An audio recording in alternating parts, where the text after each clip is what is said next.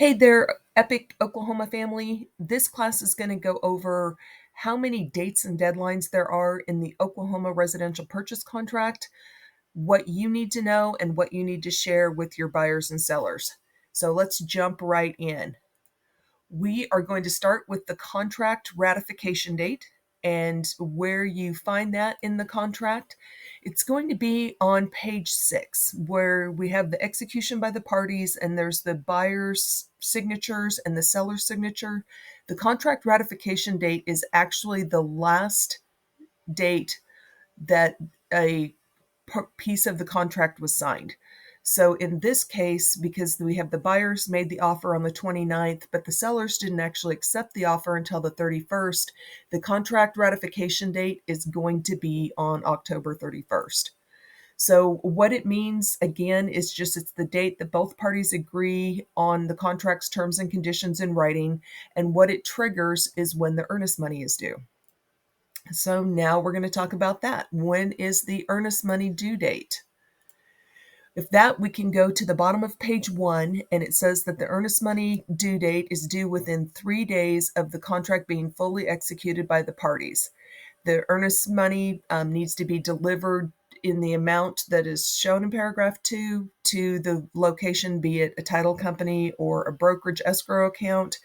And why this is important is that if the earnest money is not delivered within that 3 days, the seller may terminate the contract by using the remedies under paragraph 16 in the contract. So let's look at that. And again, this is they may terminate the contract. They don't have to. And this is solely up to the seller on how they want to move forward if the earnest money is not received.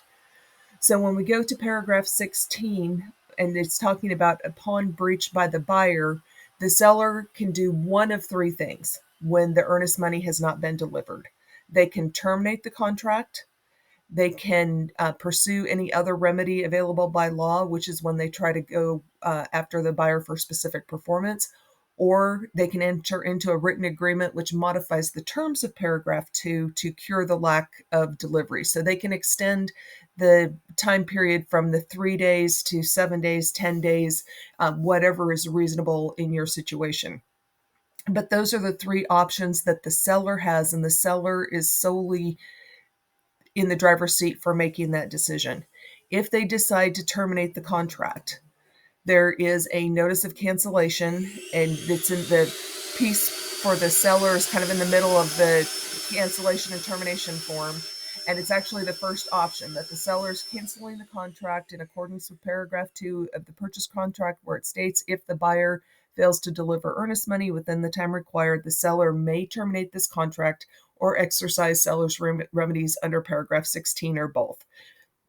So all the seller has to do is sign this form, and then when you deliver it to the buyer's agent, the contract is canceled and the buyer no longer has any interest in the property. The property goes back on the market, and everybody can move on. So the things to remember with the earnest money due date is earnest money must be delivered to the specific location in paragraph 2 within 3 business days of the contract ratification. What it triggers is the seller has the option, they don't have to, but they have the option to cancel the contract if the earnest money is not delivered within the time frame.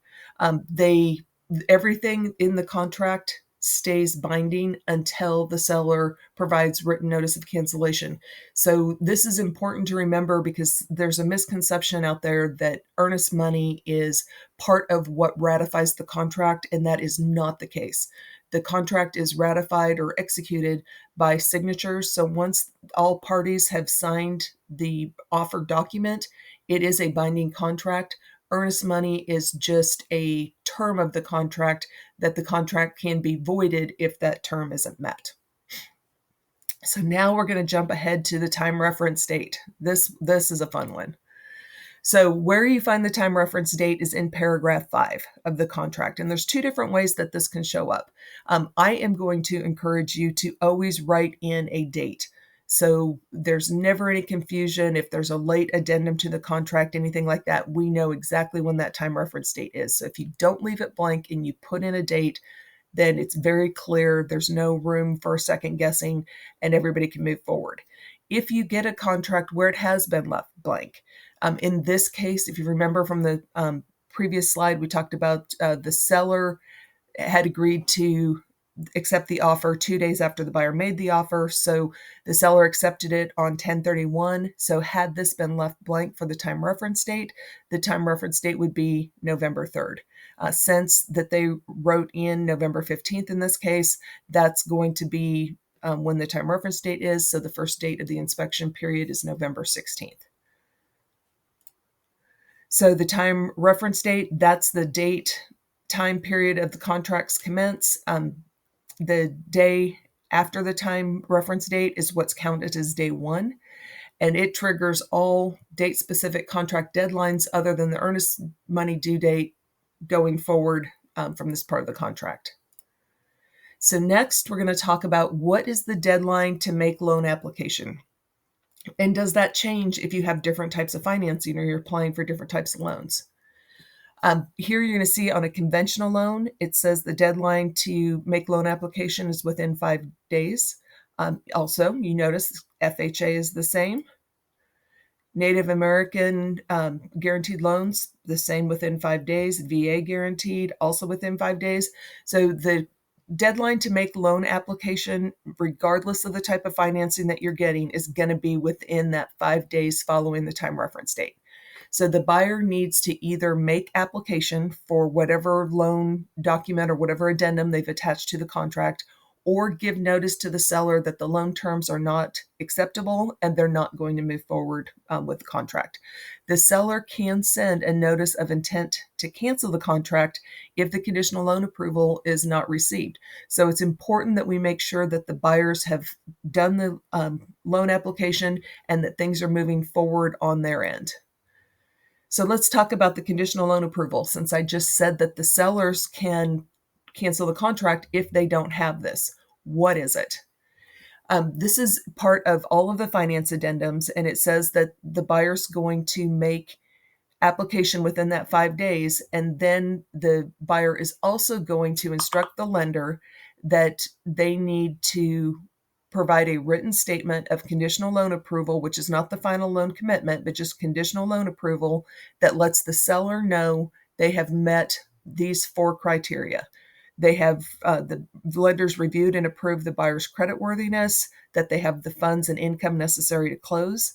They've confirmed that the buyer has paid any initial processing fees, which in most cases is just that they've paid for the appraisal up front. The property appraisal has been ordered, and the loan approval is not subject to the sale or closing of a buyer's current property unless that's already been stated in the contract. So a lot of times we get the question, well, why doesn't the buyer's pre-approval work? Why do we have to get this additional document?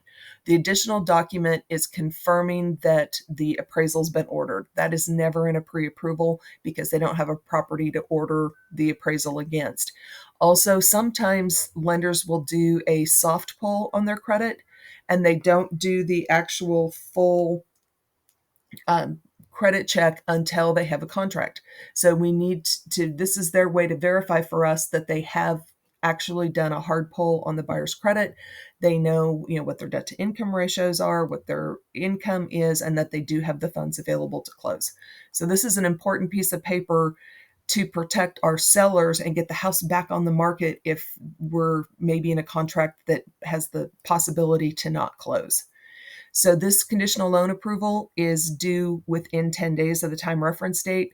So if you've left that blank here, and if you leave it blank on when the TRR is due, just know that these things are going to be due at the same time.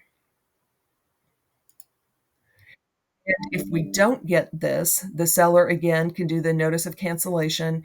They check the third box in this case, saying that as provided in the financing statement, the seller was not provided written notice of loan approval within the time specified, and so the seller intends to cancel the contract. This works a little bit different than the earnest money cancellation, though, because on the earnest money cancellation, it's just done. They didn't turn the earnest money in. The seller says, we're not going to play this game, and puts a house back on the market. In this instance, When the seller sends the notice of cancellation that they intend to cancel, the buyer does have 4 days to correct the situation. So if the buyer receives this notice from the seller, the buyer can get with their lender really quick and make sure that everything's done. And if within that 4-day time period, they provide the conditional loan approval that addresses those 4 things we talked about, then the contract moves forward. If they don't come up with a conditional loan approval that verifies the 4 things that we've talked about, then the contract terminates automatically and the earnest money goes back to the buyer. So like we said, the conditional loan approval is where the lender verifies in writing within 10 days of the time reference date that the buyer has the funds to close, the appraisal's been ordered, fees have been paid, the full credit review is done. And what this triggers is it gives the seller an opportunity to send the intent to cancel the contract notice, and the buyer has 4 days to remedy it. So this is a place where the contract can be canceled if we don't watch these dates. So the inspection start date, we touched on this a little bit when we were talking about the time reference date, but it's the 1 day after the time reference date is when the inspections start. And then on the bottom of page 2 in paragraph 7A, it addresses how long you have to do those inspections. The contract, if it's left blank, defaults to 10 days, depending on the circumstances. If it's really busy and your inspectors are all really busy, if you think it's going to take a while to get an inspector out, you can put 15 days. If it's a competitive market or this property is very competitive and you want to give your buyer the best foot forward in getting their offer accepted, you may put the inspection period to 7 days or maybe even 5 days if you know for sure you can get an inspector out there that quick. So the time period is completely up to you. If you don't fill in a timeline in the blank, it's going to default to 10 days. But the inspection start date is going to be the day after the time reference date. So it's going to be that day after the time reference date if you wrote it in, or the 3rd calendar day after the last signature of the parties. And again, just to make it clear, we're going to highly encourage you to make sure that you write the date into the contract. And then what it triggers is the 10-day inspection period unless you've written a different duration into the contract itself. So the inspection deadline, that's going to be that number that you write in on the bottom of page 2. So on November 15th, in our example for this scenario, was what the time reference date was. So that means day 1 for the inspections was November 16th. And then 15 days from November 16th is November 30th. So that's the deadline in the scenario that we're working with in this example. So it's going to be the number of days written into the contract, or 10 days if the time reference date is left blank. And what this triggers is when all of your inspections and investigations need to be complete. So next, we're going to talk about the deadline to give the seller written reports. And this is something that you need to make sure your buyers understand when they make the offer on the property. Part of the inspection process is, it says in paragraph 7.2 at the top part, the buyer, once the inspections are complete, shall deliver to the seller a copy of all written reports obtained by the buyer. And then the buyer will choose either A or B going forward. But whether the buyer decides to move forward with the contract or not, the buyer shall deliver to the seller a copy of all written reports. And remember, in contract class, we talked about words that matter in contracts. And one of those words that matters is the word shall. That's one that it means it's non-negotiable. This is going to happen. And then one of these following 2 things will happen. So the copy of written reports need to be delivered to the seller, regardless if the buyer decides to go through with the contract or not. So make sure that the buyer understands that, yes, the buyer's paying for those reports. And so sometimes the buyers think, so I paid for those, they're mine. The buyer does pay for them. However, the house still belongs to the seller. And so the state of Oklahoma has determined that if there's something wrong with that property, the seller needs to have a chance to address it, and they need to be aware of it. It could be a safety issue for the seller.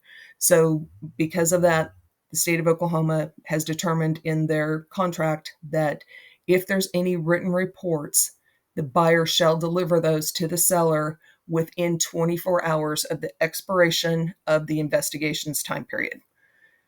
So regardless, and like I said, I'm just going to reiterate this one more time, regardless of whether the buyer proceeds with the contract or not, they must deliver copies of written reports to the seller within the 24 hours.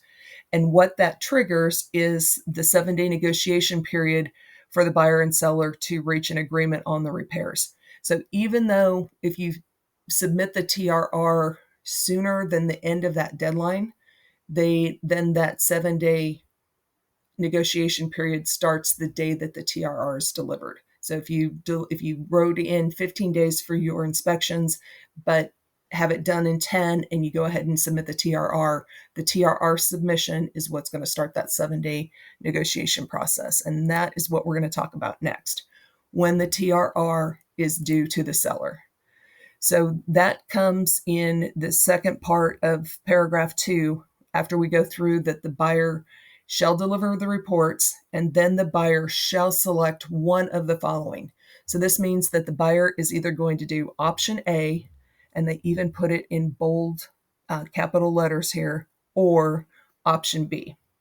So the TRR is due to the seller, and the buyer does one of these two things. They either look at the inspections and they decide they're unsatisfactory and they want to cancel the contract and get their earnest money back. That's option 1. However, if they want to continue to go forward with the contract after reviewing the inspection reports, they can submit a TRR. But this is very important, this first line.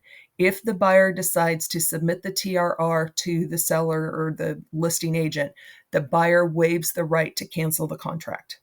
So once the buyer has submitted that TRR to the seller, the buyer is locked into that contract. The buyer doesn't get to cancel. They don't get to sleep on it for 3 more days and decide, he's like, you know what, I really don't want this house after all.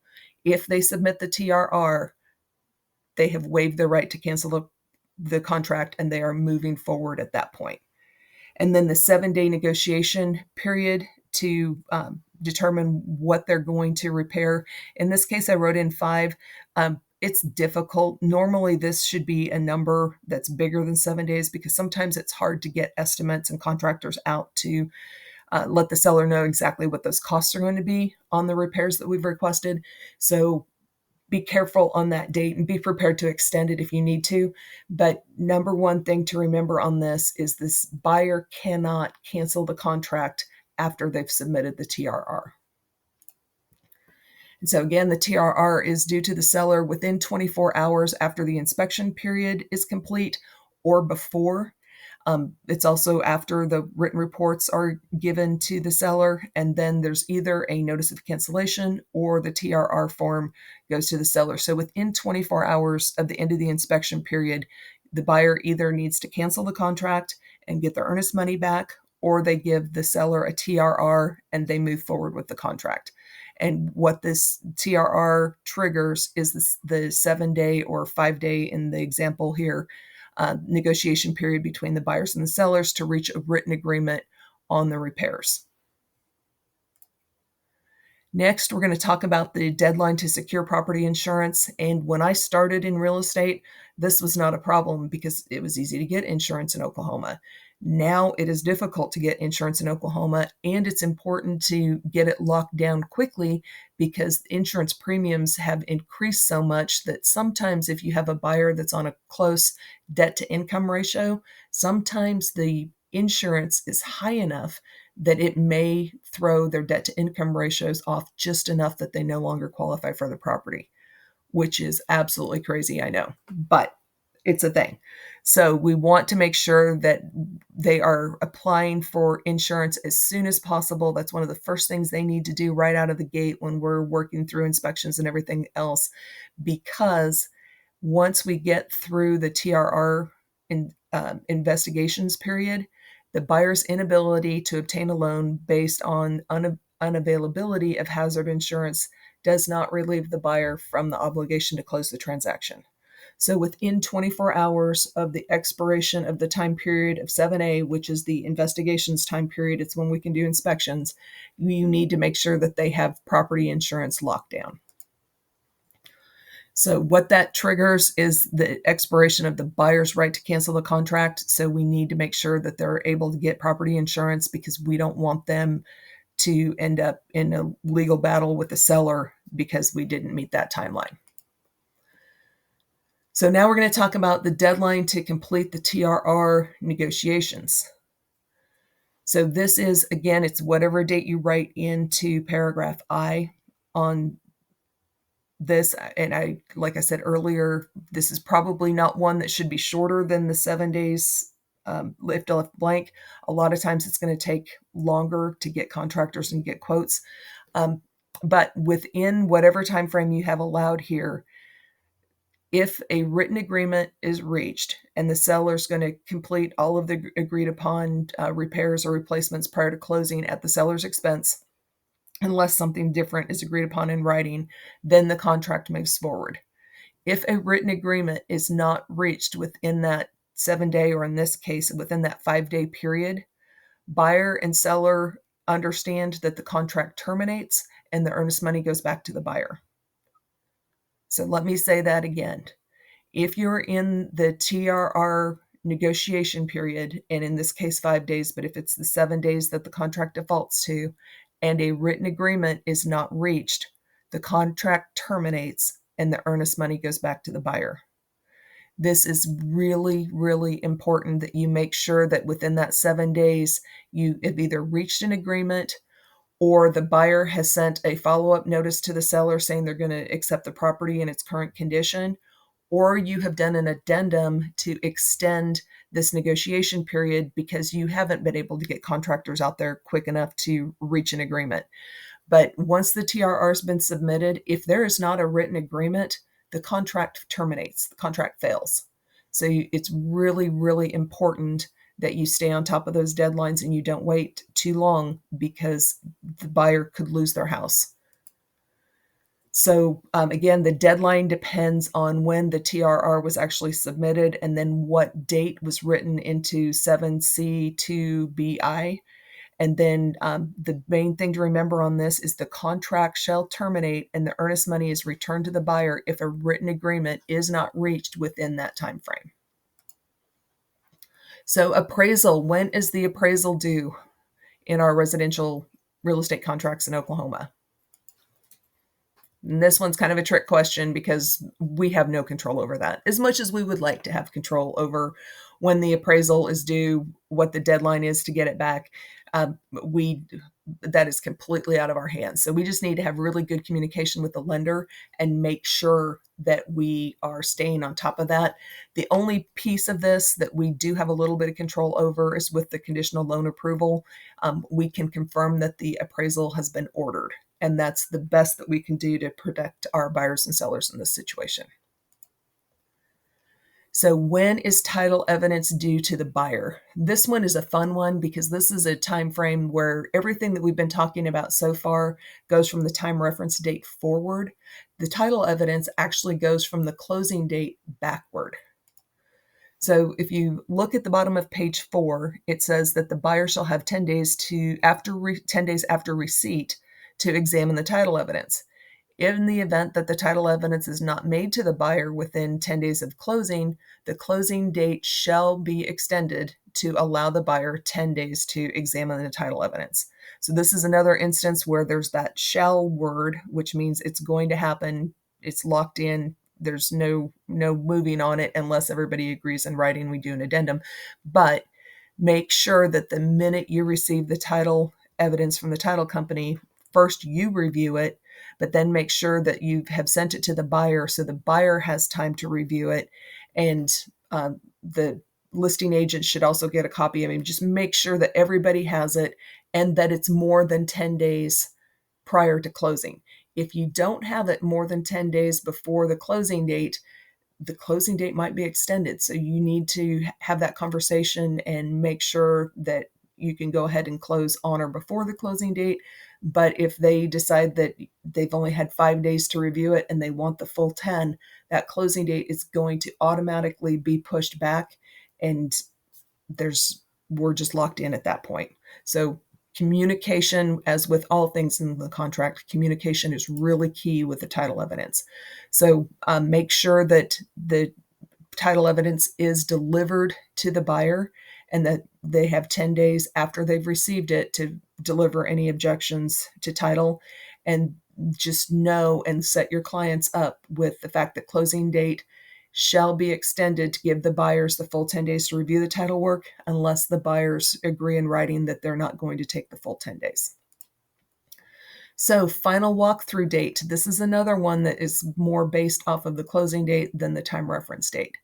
And the final walkthrough is just the contract allows the buyer to go back through the house and make sure that all the treatments, repairs, and replacements that we've requested were actually complete, and that the house is ready to close, everything's good to go. So what this triggers is closing day. If the buyer wants to have an inspector come back out and check that, really truly check that the repairs were all made to the current code, or however the inspector had noted in the report that they needed to be done, the buyer can have the inspector come back out at the buyer's expense and verify those things were complete. This is not a place for the inspectors to start a new honey-do list. So if they come back out, and what you're looking at that point is only making sure that the treatments, repairs, and replacements were done as requested on the TRR, and then also to make sure that the house is in the same condition as it was when the offer was made. So closing date, yay, this is the good one. This is the one that we're all working so hard for. So the closing date on our purchase contract is on page 1, and it just says that by execution of documents, delivery of deed, and receipt of funds by the seller. That's a big one, receipt of funds by the seller. Closing shall be completed on or before whatever date that you wrote in here. And to get this date, talk to the lenders, talk to title, see how fast they think they can close, talk to the buyer, find out what days are good for them.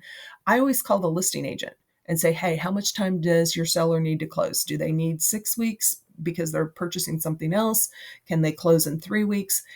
Just be open, have those conversations so that you can get all of these things done and come to a agreement that works best for everybody.